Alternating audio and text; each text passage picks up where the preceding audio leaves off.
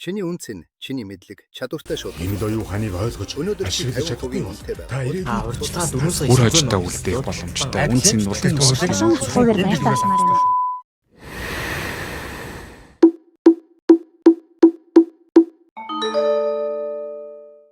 Хэрэндээ л зүтгээд амьдраад байгаа ирнэ өдөр ирэх тусам амьдрахад хэцүү болоод байгаа юм шиг санагдчихсэн юм. Тэгвэл одоо байгаа амьдралаа өөр өнцгөөс харахтай туслах энэ хүн номын талаар ярьж өгье. Гэхдээ үйл явдлыг нь спойлердохгүйгээр зөвхөн энэ номын үзэл санааг юу илэрхийлсэн бэ гэдгийг ярьж өгөх учраас номоо уншаагүй эсвэл уншиж дуусгаагүй хүмүүс байвал тань үзэж болно шүү.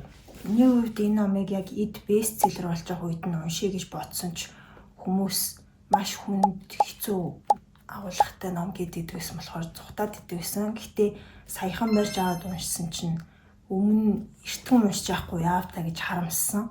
Дараа нь судлахад амьдрахуу романыг Хятад, Америк, Франц, Герман гэх мэт олон орнуудад дунд сургуультаа заавал унших ёстой номын жагсаалтад багтдсан билээ.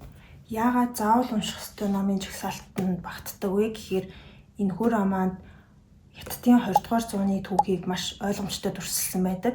Мөн үеийнхаа зохиолчийн бичлэгийн хэм маяг нь маш энгийн бөгөөд ойлгомжтой байдаг нь гадаад хэл дээр уншиж байгаа хүүхдүүдэд уншихад амар бөгөөд гүн гүнзгий утга агуулгатай гэдэг утгаараа юм билээ.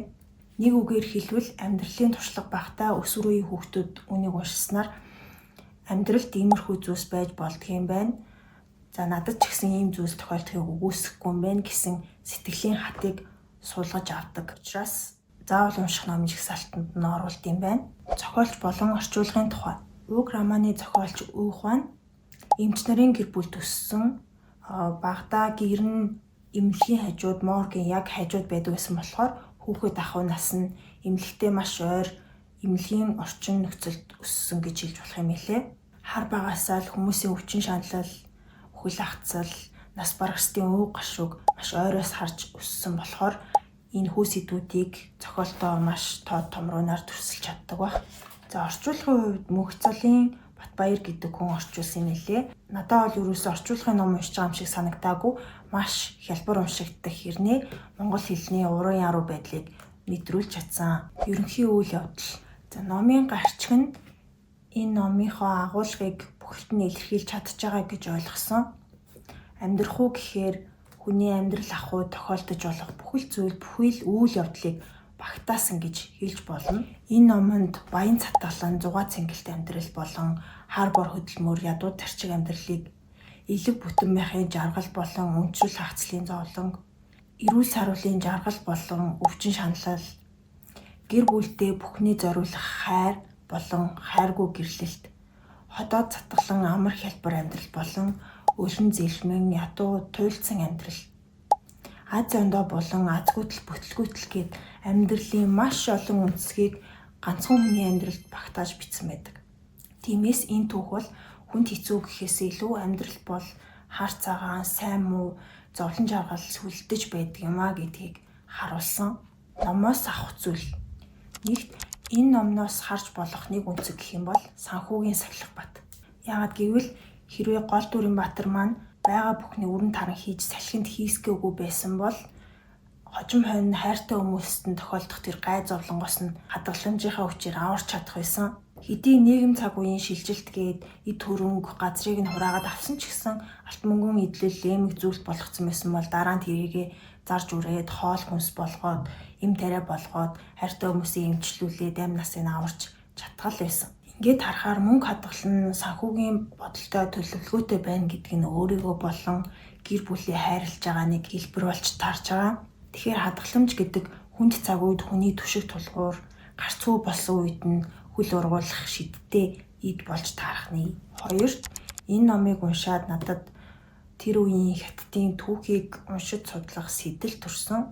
Миний хувьд түүх гэхээр л бүүн он сар өдөр тоо удирдагчдын нэр олон нэр томьёо байдаг болохоор нэг сонирхож судалдаг байхгүй юу. Гэхдээ яг энийг нэг бахархаж яриад байгаа юм байхгүй л тий.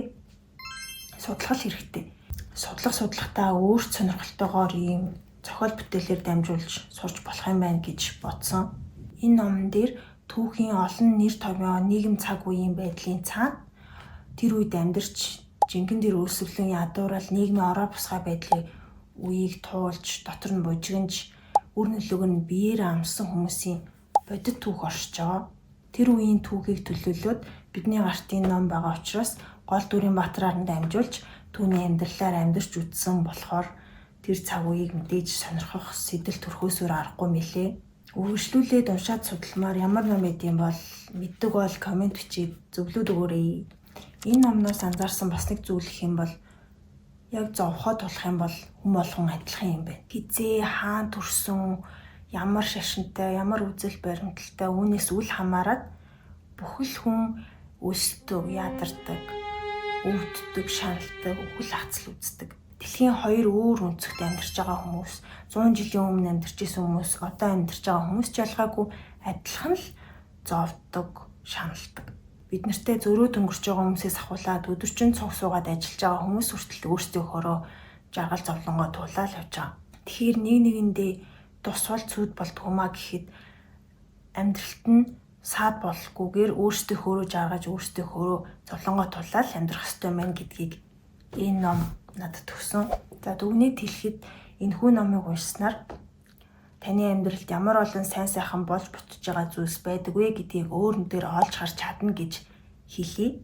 Бага зэргийн бүтлгүүтэл үл ойлголцол хэцүү зүйлс тохиолдлоо гэд хүлийн өвчин юмыг тусчаагүй, дайн дайжин болчихоогүй, гэр оронгүй болчихоогүй, байгалийн гамшиг нүүлчгээгүй л байгаа бол амьдрал сүрчгээгүй байгаа гэдгийг энэ түүх сануулна.